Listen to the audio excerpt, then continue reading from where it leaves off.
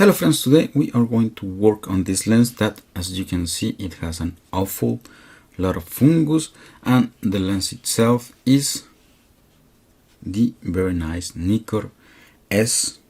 This is one of the first versions of the 50mm 1.4 that came out at the same time with the Nikon F. So this is really a classic and vintage lens that produces a really good rendition. So this lens was sent to me by my friend Julien, who sent me also this 14mm that I fix on this video, sent me also the D700 that will also fix fungus on this video. So Julien, you will have to tell me one day what are you doing with your lenses. Okay, and then the repair of this lens can go very easy or very hard, and that will depend on the ease on which you are going to remove this ring that I am removing here. I have to be honest with you, I spent yesterday 2 hours removing it, and I tried pretty much everything. I use isopropyl alcohol, didn't work. I use this thing is written solvent for nails, but it's actually acetone. Tried acetone, didn't work. Usually went to the last resort, which is heating the part locally with this. All this thing is for cooking, but I had to resort to this, rubber gloves, everything. And then what I did after heating this thing rather high, I took my rubber cone that, as you can see, doesn't really fit, and then it was also a bit hot, and then I pushed it all the way until it was pretty much here, and then at that point I was able to rotate this little ring. So this is the most tricky part of removing this element. Otherwise, you will have to be able to remove the glass using a different method. Okay, so let's start and let's do the easy part. So the easy part is actually removing this, and why we do need to remove this is because here you can see partially a hole, and behind it is a set screw that will allow me to rotate this part, and if I cannot remove the set screw, I'm pretty much done with it.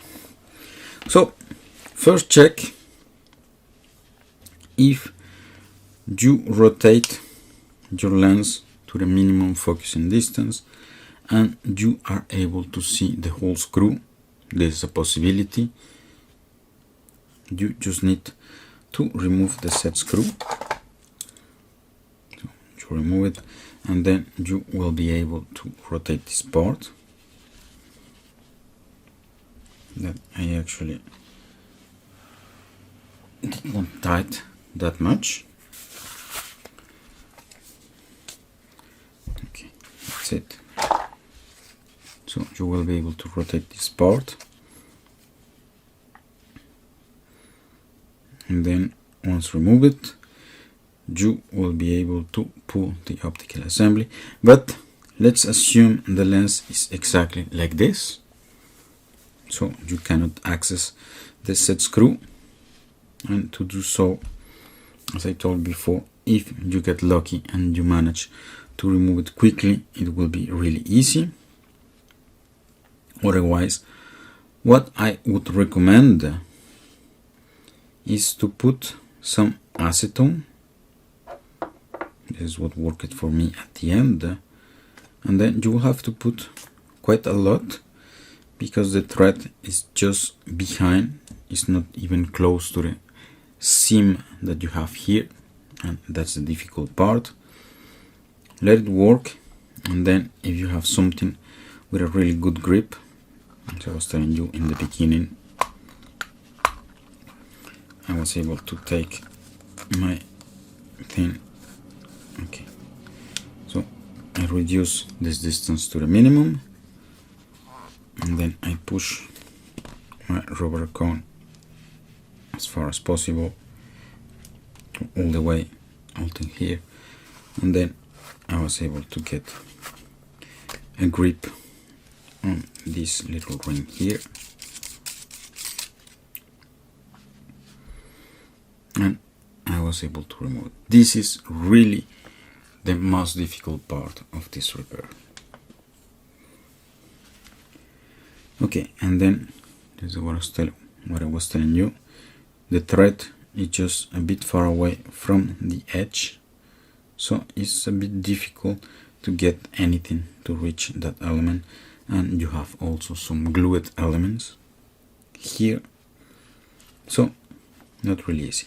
And then, so once you have managed to remove that rim, so you will find yourself with the set screw here that I actually removed entirely. I have it here because it's actually for me a nuisance. Okay, and then okay, I screwed it again. There is also not a lot of grip here. Okay, there we go.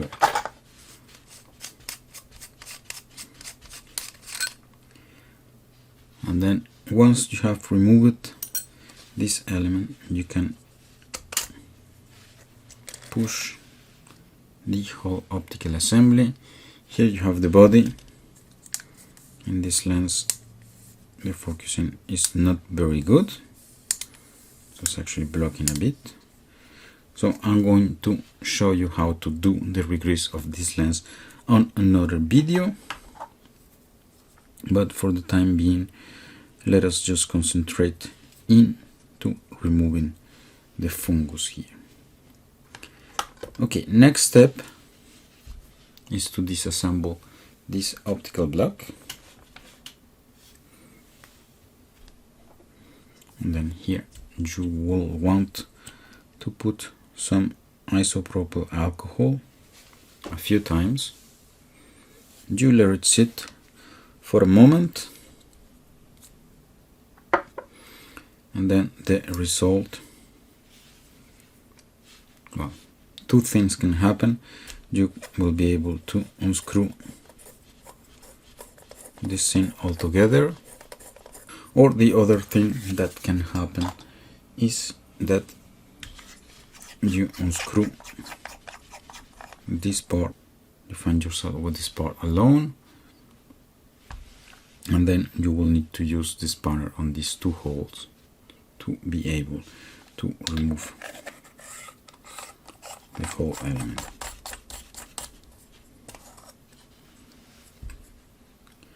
So far so good. Here I got my black glass, so we can see really the fungus, and then this is the element that has all the fungus there. So this is the element we want to work on, but the other element here is not either super clean, so we are going to remove it as well. And here also you have two possibilities. So first one is you start unscrewing and you manage to unscrew this thing here directly. The other thing that could happen if the thing is very well tight is that you actually are going to unscrew the beauty ring,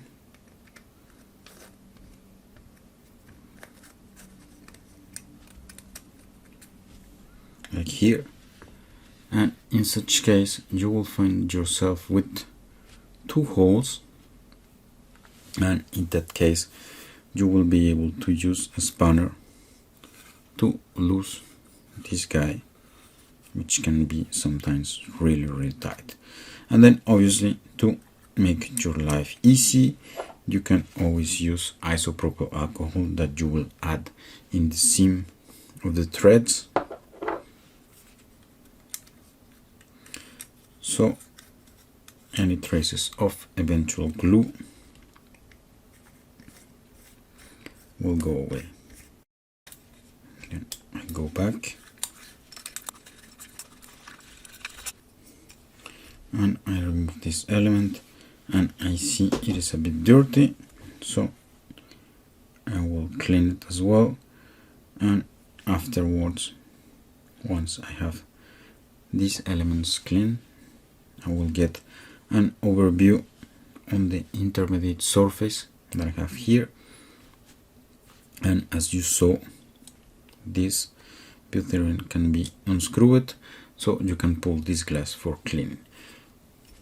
Also, if your lens has a oily diaphragm, this is a bit unlikely given the construction, but if it ever happens to you, the diaphragm, well, just by looking at it, looks very similar to the one of the 135mm that I have done in this video.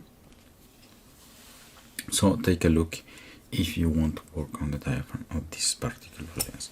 Okay, now I'm going to get ready the cleaning stuff to remove the fungus. So I got myself ready for cleaning the fungus, and what that means is I just got my little bottle of lens cleaning fluid that I prepare myself, and I show you how to do it on this video. And anyway, if you use any commercial fungus removing agent, I think that is going to work, but I'm very happy with my recipe and it works really well. And what I did, what I was speaking, I just added a drop of it, and then now I'm just going to rub with my finger.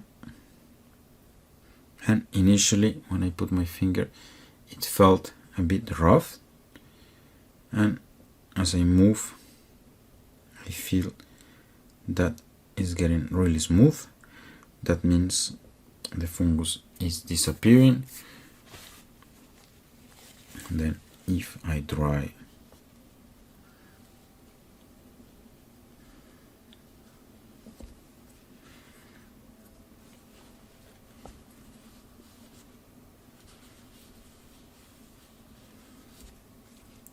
we can see that all that fungus is gone. So let's see it from the back. You see nothing,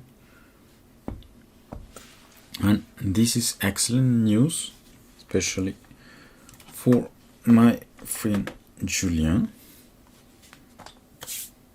since his lens will be ready to start taking great pictures again.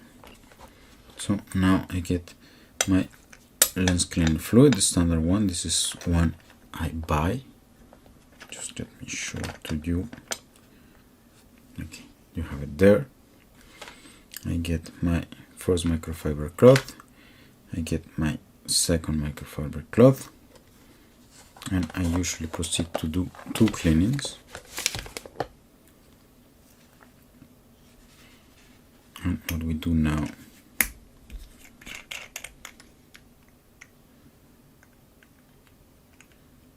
is I apply the lens cleaning fluid that I don't know if I mentioned it already, but you can find a link to buy it on the video description.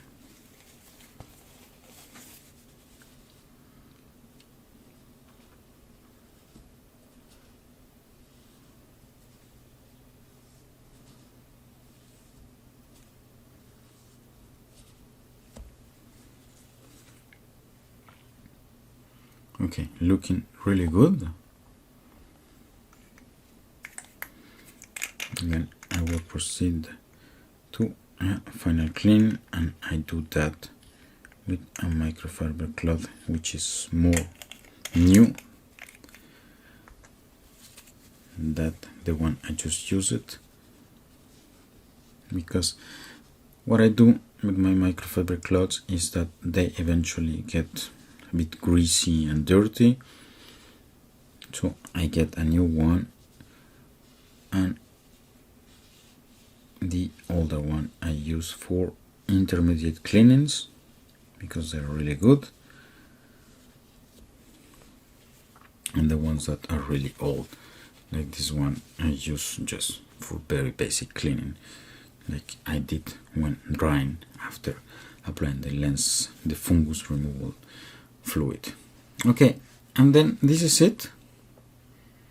As you can see, the result is very, very nice. I just need to blow any traces of dust off the glass, but this is it. Now what I'm going to do is to finish the cleaning of the other surface of the camera, because anyway it's going to be a repetition of what I just showed to you. I am done with the cleaning part. This is the result. The back, as you can see, has no fungus anymore. There is a little spot, but it's in between two pieces of glass that I did not open. So this thing was before there. And here the front, I also cleaned it, but I noticed that the front coating was a bit degraded. This is what you see there.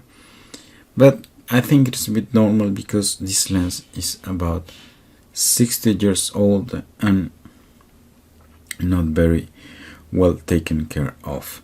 So to assemble, we are going to proceed by screwing these elements into the body.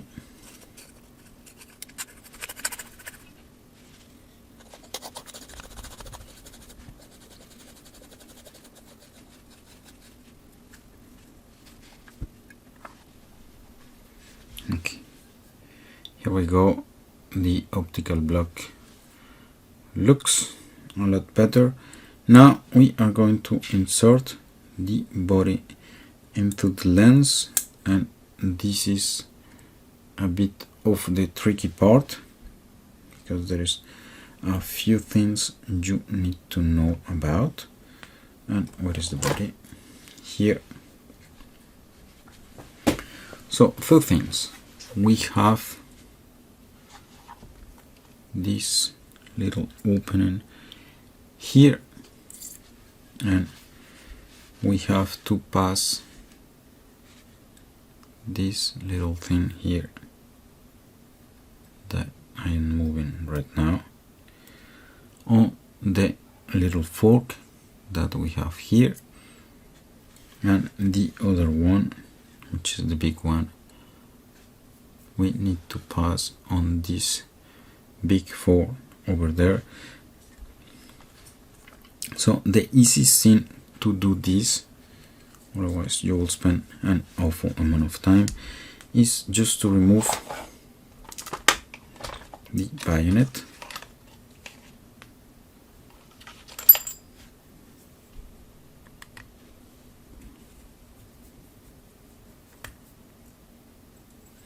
Note that I mark one screw with blue, and this one should not be removed because it's the one holding the spring we just saw in the back.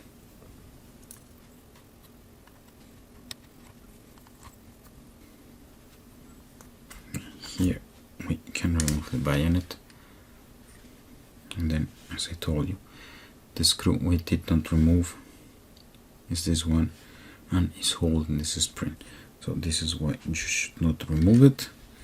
And we are doing this just to make our lives easier, because we will just need to take care of the little slot. So what I'm doing is assembling okay, let me just find, yeah, this thing, the slot into the little thing, and then once I get it in position, I just need to get this guide here into the opening, and now getting the big thing in position is going to be a lot simpler because I just position it in the middle and I install the bayonet again, paying attention to the fork.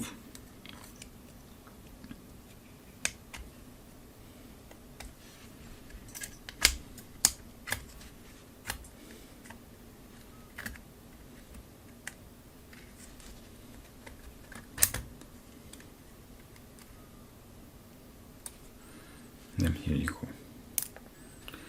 And then we don't need to spend time checking whether one or the other are aligned. By doing this, you are sure they will be aligned.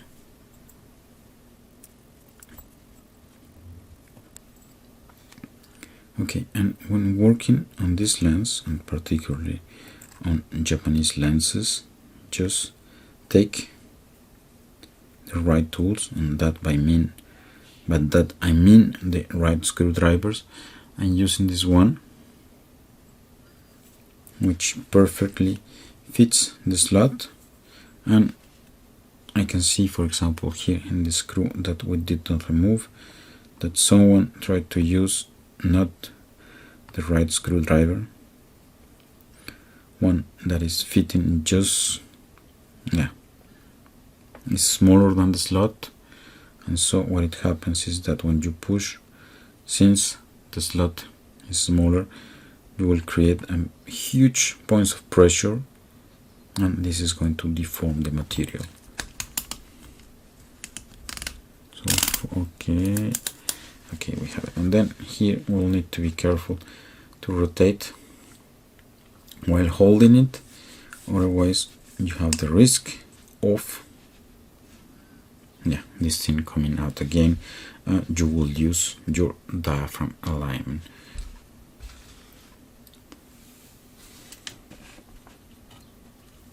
Okay, finally we find here a little hole, and that's to match the set screw. I'm not going to put it again, because anyway I will be opening the lens again. But what you do, I should have done this before, you mark the position about the hole, you get the hole for the set screw aligned, then you put the set screw, you make sure it does not protrude, and then you can easily check that by moving up and down, and if it blocks, it means it's not in the right position. Then you tighten. Well, you have already put the set screw, you don't really need to tighten. I will tighten because I'm not going to put the set screw. And then you put the final part, and then I suggest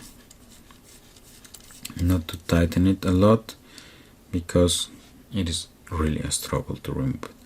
And then this is how you service, at least the cleaning part of a Nikkor-S 50mm 1.4 real classic lens, and this is the result, and this is what we have in the beginning. And with that I finish the video. Hope you have enjoyed, and see you next time.